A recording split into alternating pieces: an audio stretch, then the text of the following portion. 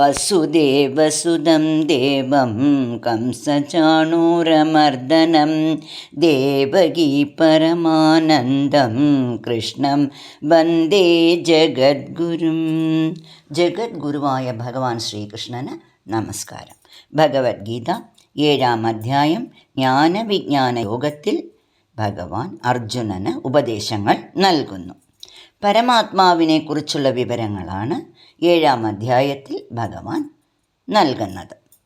ആദ്യമായി ജഗത്തിൻ്റെ ഏക ആധാരവും ആശ്രയവും പരമാത്മാവാണ് എന്നും ജഗത്തിലെ സകല ചരാചരങ്ങളും നിലനിൽക്കുന്നത് അല്ലെങ്കിൽ കോർത്തിണക്കപ്പെട്ടിരിക്കുന്നത് പരമാത്മാവിലാണ് എന്നും അർജുനന് മനസ്സിലാക്കി കൊടുത്തു. തുടർന്ന് ഭഗവാൻ പറയുന്നു, അർജുന, ജീവാത്മാക്കളുടെ മനോബുദ്ധി തലങ്ങളിൽ പ്രകടമാവുന്ന 3 ഭാവങ്ങളാണ് സത്വ, രജ, തമോ ഗുണങ്ങൾ. ഈ 3 ഗുണങ്ങൾക്കനുസരിച്ചാണ് മനുഷ്യൻ കർമ്മങ്ങൾ ചെയ്യുന്നത്. ഭഗവാൻ പറയുന്നു, ഈ 3 ഗുണങ്ങളും ഇവയാൽ മനോബുദ്ധികളിലുണ്ടാകുന്ന വികാര വിചാരങ്ങളും എന്നിൽ നിന്നുണ്ടായവയാണ്. എന്നാൽ ഞാൻ അവയിൽ ഇല്ല. സമുദ്രത്തിൽ നിന്ന് തിരമാലകൾ ഉണ്ടാകുന്നത് പോലെ ഗുണങ്ങൾ എന്നിൽ നിന്നുണ്ടായവയാണ്. എന്നാൽ ഞാൻ ഗുണാതീതനാണ്. എൻ്റെ അംശമായ പ്രകൃതി അല്ലെങ്കിൽ മായയാണ് ഗുണങ്ങളിലൂടെ ജീവാത്മാക്കളെ മോഹിപ്പിക്കുന്നത്. അജ്ഞാനികൾ ഗുണങ്ങൾക്കനുസരിച്ച് കർമ്മങ്ങൾ ചെയ്യുന്നു. ഗുണാതീതനായ എന്നെ അറിയുന്നില്ല. കാരണം ത്രിഗുണാത്മികമായ മായ വളരെ ശക്തിയുള്ളതാണ്. മായയെ തരണം ചെയ്യുക എന്നത് വളരെ പ്രയാസമാണ്. എന്നാൽ എല്ലാം ഉപേക്ഷിച്ച് എന്നെ ശരണം പ്രാപിക്കുന്നവർ മായയെ തരണം ചെയ്യുന്നു. ത്രിഭിഃ ഗുണമയൈ ഭാവൈ യേഭി സർവമിദം ജഗത് മോഹിതം നാഭിജാനാതി മാമേഭ്യഃ പരമവ്യയം ദൈവീ ഹ്യേഷാ ഗുണമയീ മമ മായാ ദുരത്യയാ മാമേവ യേ പ്രപദ്യന്തേ മായാമേതാം തരന്തി തേ. മായയാൽ മോഹിതരായ മൂഢന്മാർ ദേഹമാണ് താനെന്ന് വിചാരിച്ച് ഇന്ദ്രിയങ്ങളെ സന്തോഷിപ്പിക്കാനായി വിഷയസുഖങ്ങളിൽ മുഴുകി പാപകർമ്മങ്ങൾ ചെയ്യുന്നു. മംഗളസ്വരൂപിയായ ആത്മചൈതന്യത്തിനെ അറിയുന്നില്ല.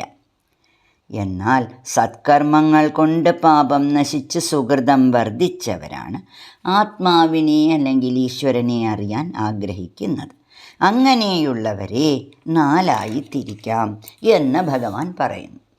ചതുർവിധാ ഭജന്തേ മാം ജനാ സുഹൃതിനോർജുന ആർത്തോ ജിജ്ഞാസുരർത്ഥാർത്ഥി ജ്ഞാനീ ച ഭരതർഷഭാം. ആർത്തൻ തങ്ങളുടെ കഷ്ടം തീരുന്നതിന് വേണ്ടി ഭഗവാനെ പ്രാർത്ഥിക്കുന്നു. ജിജ്ഞാസു പരമാത്മാവിനെക്കുറിച്ച് അറിയാൻ ആഗ്രഹിക്കുന്നു. അർത്ഥാർത്ഥി ധനം, സുഖം, ആഗ്രഹങ്ങൾ ഇവ നേടാൻ വേണ്ടി ഭഗവാനെ ഭജിക്കുന്നു. എന്നാൽ ജ്ഞാനി പരമാത്മാവിനെ പ്രാപിക്കണം എന്ന ഏകാഗ്രഹത്തോടു കൂടി ആത്മാവിനെക്കുറിച്ച് ഭജനം നടത്തുന്നു. ഇങ്ങനെ ഏകവും അചഞ്ചലവുമായ ഭക്തിയോടു കൂടിയ ജ്ഞാനി പരമാത്മാവിൽ ധ്യാനയോഗത്തിലൂടെ മാനസികമായി അടുക്കുന്നു. ജ്ഞാനിക്ക് ഏറ്റവും ഇഷ്ടം ഈശ്വരനെയും ഈശ്വരന് ഏറ്റവും ഇഷ്ടം ജ്ഞാനിയെയുമാണ്. ഈശ്വര സ്മരണയിൽ മുഴുകിയിരിക്കുന്ന ജ്ഞാനി കാലക്രമത്തിൽ ഈശ്വര സമാനനായി തീരുന്നു. ജ്ഞാനും ജ്ഞാനിയും 2 അല്ല, ഒന്നാണ് അർജുന എന്ന് ഭഗവാൻ പറയുന്നു. തേഷാം ജ്ഞാനേ നിത്യയുക്തഃ ഏകഭക്തിർവിശിഷ്യതേ പ്രിയോ ഹി ജ്ഞാനിനോത്യർത്ഥം അഹം സ ച മമ പ്രിയാ ഉദാരാ സർവ ഏവൈതി ജ്ഞാനി ത്വാത്മൈവ മേ മദം.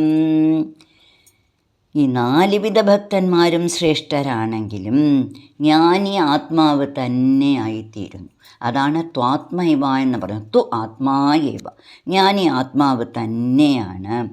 ആത്മശ്രേയസ്സിനായി ജ്ഞാനി മോക്ഷത്തെ ലക്ഷ്യമാക്കി ഭജനം തുടരുന്നു. ബഹൂനാം ജന്മനാമന്ദേ ജ്ഞാനവാൻ മാം പ്രപദ്യതേ വാസുദേവ സർവമിതി സമഹാത്മാസു ദുർലഭഃ. ധ്യാനയോഗത്തിലൂടെ നിരന്തരമായ ഈശ്വര സ്മരണം കൊണ്ട് പരിശുദ്ധ ജ്ഞാനം നേടി വാസുദേവ സർവമിതി എന്ന നിലയിൽ ജ്ഞാനി എത്തുന്നു. എന്ന് വെച്ചാൽ ജഗത്ത് മുഴുവൻ പരമാത്മ ചൈതന്യമാണ് എന്നറിയുന്നു. ഈ നിലയിലെത്താൻ പല ജന്മങ്ങളിലൂടെ കടന്നു പോകേണ്ടതുണ്ട്.